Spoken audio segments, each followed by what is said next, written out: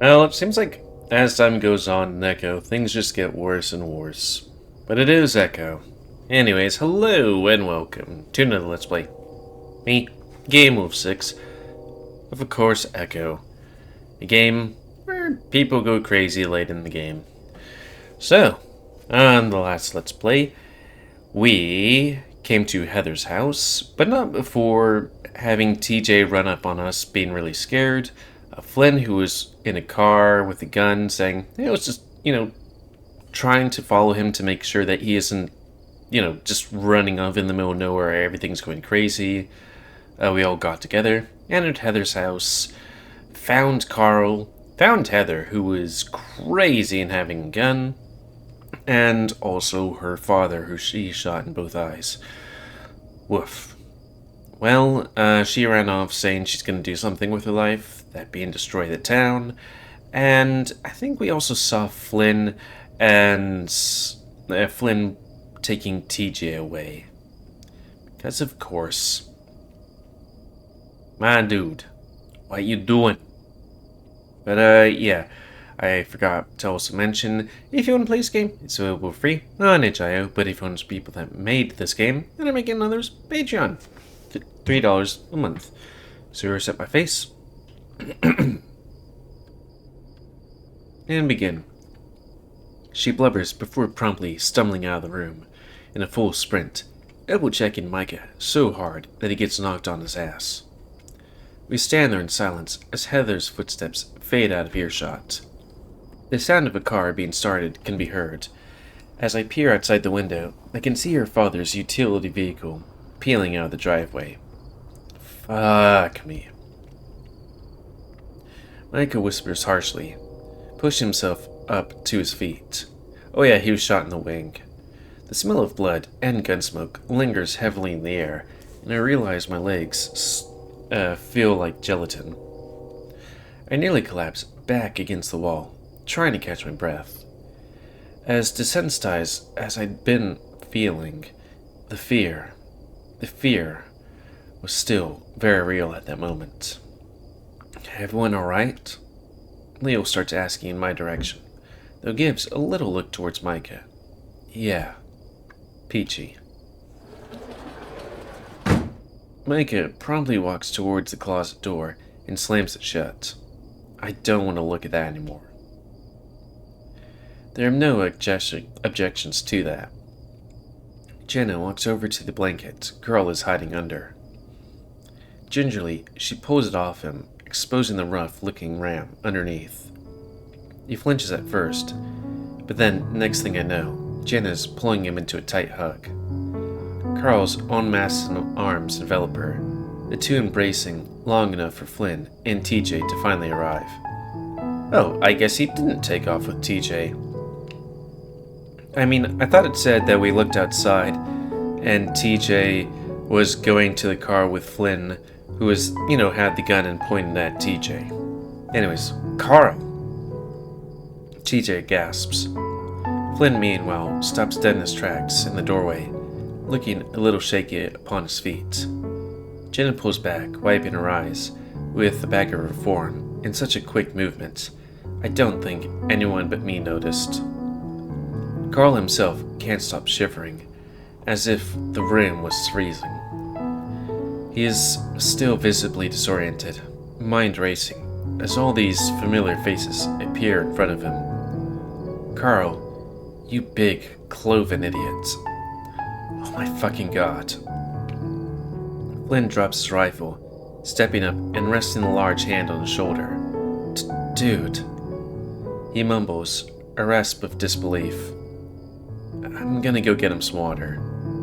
Hey, Micah, come with me and look for some food. Something that'll go down easy, yeah? The bat nods, not as interested in his tender reunion with the rest of the gang. They head out towards the kitchen. He's hurt. Flynn points to the raw, inflamed-looking skin around his neck, as well as various cuts and bruises appear elsewhere on his body. Looks pretty surface level, but we definitely should get him to a doctor in Peyton. We're free? Carl asks, looking up at me. Looks like it. I respond casually, approaching him, and giving him a big hug of my own. He's so warm, and his shaky breath against my neck actually feels pretty good. TJ joins in as well, sobbing into Carl's fur, and muttering things I can't quite make out. Hey, you too. Carl eases up his grip on me, peering up at the tall lizard leering over him. What? You heard me. Flynn frowns, but ultimately relents and crouches down, giving his friend a stiff hug. Carl, meanwhile, clings to him like his life depends on it, invoking a few irks and grunts from the scaly one. I wonder if they did have a relationship because they're both gay as well. Or at least like dudes. Despite the pain noises, I catch a glimpse of Flynn's face. He's smiling, and more broadly than I've ever seen in a long time. Carl scoops up another spoonful of tapioca pudding, and the remnants of other empty cups he'd gone through sitting on the counter next to him. I've only managed to get halfway through mine, it feeling pretty messed up to be eating a dead guy's pudding. I feel in my free hand and fidgeting with the pink walkie-talkie thing from Heather's room. I'm not entirely sure why I picked it up, and when Leo gave me a look, I shoved it back in my pocket. Carl vomited after he got him to the kitchen, twice. So I guess it's a good thing at least he's doing a little better. He cried for 15 minutes straight while our wounds were tended to. TJ seemed to have mainly snapped out of whatever funk he was in earlier, beyond an occasional strange look toward Flynn. His knowledge of sports medicine actually came in handy with patching everyone up with what we could find on hand. Fortunately, Heather's dad was not short on painkillers. Don't give me any of that fentanyl shit. But you got shot. And? TJ stares dumbfounded. There's not too many nerves there, and it hurts a bit when I stretch the skin. I'm more hurt by the gall she had in fucking shooting me, for Christ's sake. Are you sure? Those cuts look pretty painful, and it'll be a long ride back to Peyton. TJ inspects this prescription bottle. Curiously enough, the pharmacy label has Brian's name on it. I've lost too many friends in Pueblo to the stuff. You went to Pueblo? Jenna chimes in from across the hall, watching out of the kitchen window. Or way? Well, I wasn't exactly enrolled in PU. I bummed around the outskirts. I'm surprised you never ran into any of us there. We most likely didn't frequent the same spots, unless you really like tattoo parlors and ska. I love ska. Shut up, Toby. It's TJ now. Alright. I gassed up the truck with a few of the gas cans laying out on the carport. Who has just gas? Just about. I mean, I guess if you're like in the middle of nowhere and there's not a gas station in your town, you fill up like extra tanks. So you don't have to go there each time you gotta gas. It's got a full tank, so we don't gotta risk stopping at the gas station by the Flint turnoff. We load up, gun it, and we should be in Peyton before daybreak. Sounds like a good plan. Does it? I clench my forehead, the voice from earlier ringing between my ears. After everything had slowed down, I honestly hadn't expected to hear it again. But it's Sam, I think. Any signs of Heather? No. Last I saw, she was headed northbound on 65. She frowns at the thought. North. Fucking beats me. There's not much going on in the north. There's no real exit back to the main interstate system. Just the old military area. Lots of country roads that lead nowhere, and the dam. The dam. Oh fuck. All eyes shift to me. She's heading towards the dam. Her dad works there. Worked there. No one has opened the closet since Micah shut it. And?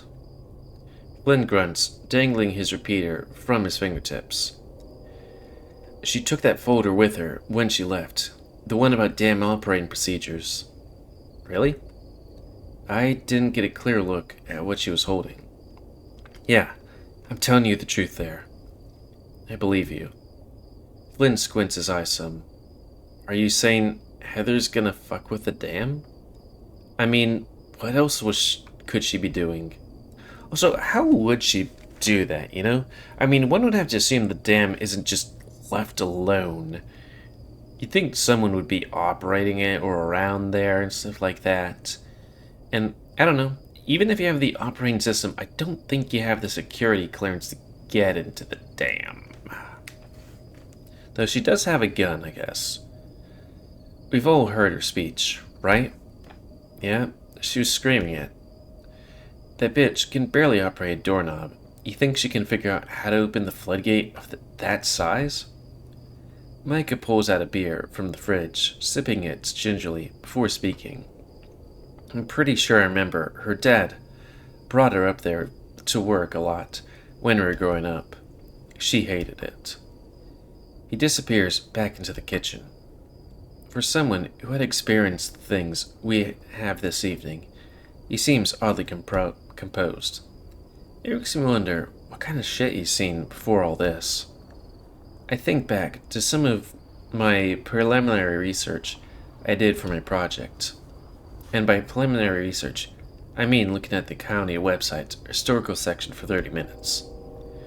One of the things that jumped out to me was how big Lake Emma used to be over twice the size it is now. Over twice the size it is now. Most of the lakes in this part of the state are man-made, but this one is natural. Ancient. The settlers just shrunk it down, siphoning away water for the iceberg lettuce and cotton fields to the east, past the mountains. Alright, let's load up, everyone. Leo changed the topic, him and Flynn heading to the door. Wait. Jenna sips over beside me, seemingly deep in thought, before regarding everyone else. So, we know what Heather's plan is. And you're all still intended to leave? Yes. Lee responds promptly. No way, she can manage that, what she's planning. We gotta get Carl and the rest of you lot to medical attention. You sure about that? She's got her dad's keys, the codes, the guidebook, and presumably she's got a pretty keen knowledge on how all this shit works already. I mean, shit, I want to get out of here, but the poor fuckers who are still here better know how to swim. You think Echo would flood? Micah shrugs. Jenna presses her fingertips to her forehead, exhaling. I truly hate to say it, but we should go after her. Also, how the hell does that work anyways? I'm a geologist, and let's just say you have a lake. You build a dam, but for some reason the lake shrinks half in size. Did they, dig underneath and beside the lake to build the dam or something like that? Because if you build a dam somewhere around a lake and you don't dig down below the water line and all that stuff, if you just put it on top of the ground, but with maybe 10 more feet down, it's not really getting a damn dick. Just saying. I guess if there's an outlet river, you could dam it, but still, they said that the lake shrunk in size by half. Yeah, we should go after her. What? No way. Absolutely the fuck not. There ain't no goddamn way. You're making me drive the opposite direction of ending this whole nightmare of an evening. Jenna turns, giving him a look. Fuck you. Jenna smiles tiredly up at the big Kyla. I knew you had some common sense in there, somewhere. And may even a heart. I just find out how quickly that just happens. It's like, ain't no goddamn way you're making me drive the opposite direction of ending this whole nightmare of an evening. Jenna turns, giving him a look. Fuck you. Might make a side video of that on my own time. I knew you had some yeah, heart. I get stuck here because I'm the only fucker who knows how to shoot, and someone needs to watch your asses. He pauses. Also, I should probably just roll back and save that. Just put it right, yeah. And let's skip forward. Also, I just know my aunt would kill me if I let this shit go down. Her being mayor and all? Yeah. Since when did you suddenly start giving shit about Echo's townies? The question is clearly directed at Jenna, the lizard, grunting in her direction. Jenna shifts in her seat, having to straddle in between Flynn. His truck isn't very big, and none of us particularly want to ride in back. Besides TJ, of course, who always seemed to enjoy being in the truck bed. Fortunately, I managed to call shotgun, which may have not been the wisest of things to shout when everyone was on edge, but too late now. I don't know, she says, all matter-of-factly. This invokes a raised brow from the lizard. I just thought about myself, leaving everything behind like that, knowing what might happen. And I didn't want to be that person. Flynn blinks, wondering if it's truly Jenna he's talking to right now. Fuck, college does make you a bleeding heart, doesn't it? He wasn't kidding. He sighs, the highway stretching out in front of us for miles and miles. Jenna turns to me, giving an appraising look before speaking. Thank you for coming, Chase. I know you didn't have to, but it means a lot. Oh, yeah, no problem. Every inch of my body longs to be heading homeward, driving back Peyton to freedom. But here I am. At least Jen is here. Despite everything that's happened. Ryan's attack, the hallucinations, the kidnapping, the haunted van, the voice in my head, Heather's house, the town going nuts. Everyone is silent, as our headlights shine down the long stretch of Route 65 ahead. Maybe we're just exhausted. Physically, emotionally, spiritually. I exhale, and rest my forehead against the cool window. Most of the town's lights blur past. Soon, the lights stop and are replaced by darkness, shadows of shapes, barely visible through condensation-tinged glass. We never go this way. No one does. We're getting close to Echo Canyon. The bumps and hills of Echo are being replaced by a vast open desert, concentrated by the sheer cliff face of the western mesa. There's not much out here, but land owned by the feds, most notably the dam and the old proving grounds. I remember there used to be a checkpoint booth up ahead, but it hasn't been manned in decades. It's here you can see the lake most clearly, all of it. It seems smaller than I remember. Yet there's still that tightness in my gut, and the urge to look away. So I do. I keep my eyes fixed on the space between my feet, Flynn's camouflage pattern floor mat, oddly captivating. Then I notice a blinking green light shining through my left pocket. Instinctively, I think it's my phone and I reach for it, but then I remember as I pull it out. It's the pink walkie-talkie baby monitor thing from earlier. I run my thumb over the surface of it, feeling the warm, chipped plastic. It looks like there might even be teeth marks on the side, like a small child gnawed on it at some point. I remember being like that, thinking everything colorful must be edible dessert, wouldn't be bitten into. Really? I press my thumb up against it, what I think is the talk button, but many labels on it have long since warmed off. Bringing up the device a little, I put in my mouth as if to speak, but stop short of actually saying anything. I realize I don't want to freak out the others right now. Seeing the lake again, I look back down.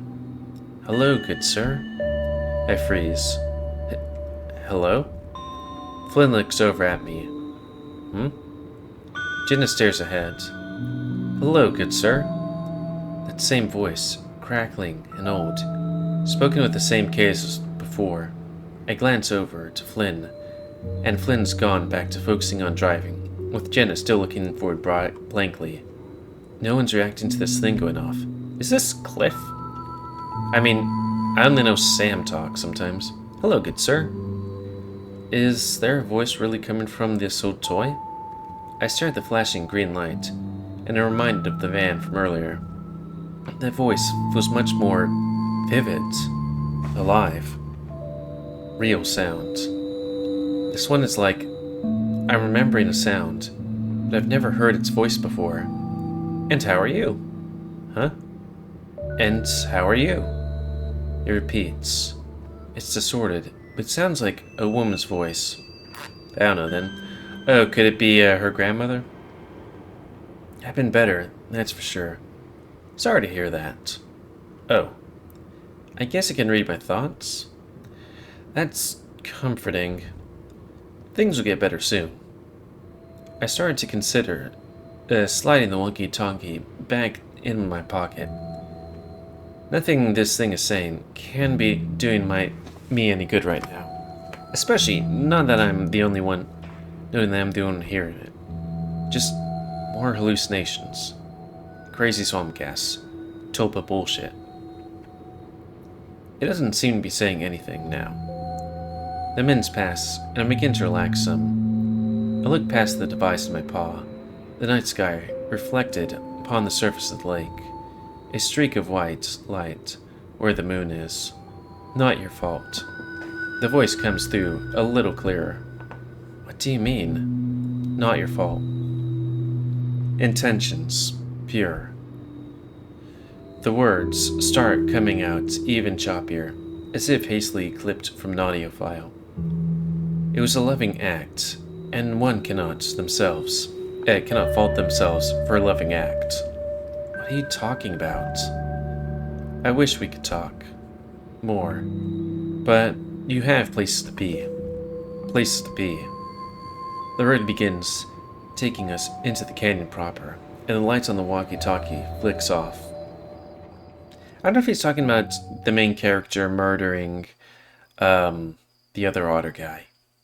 I've never actually been here before. I mutter. Fascinating.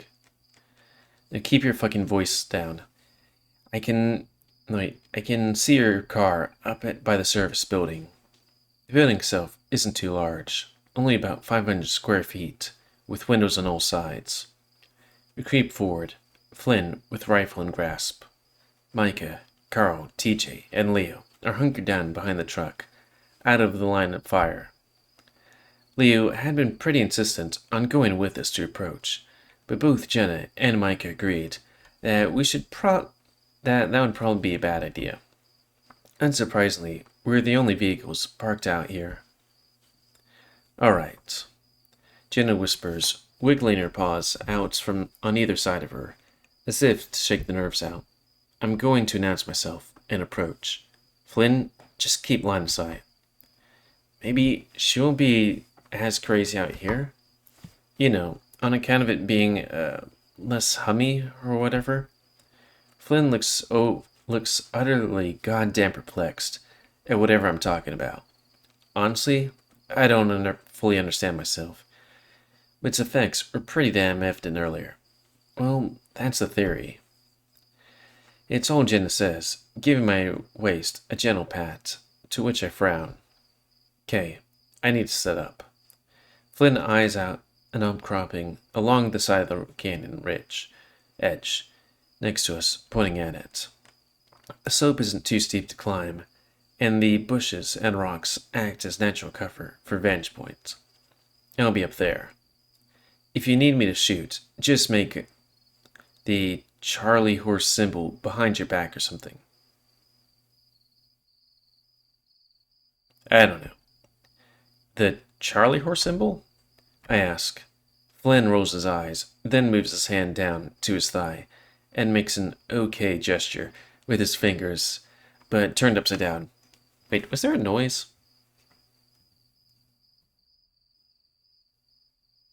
Okay, I guess that was just me. I heard a click.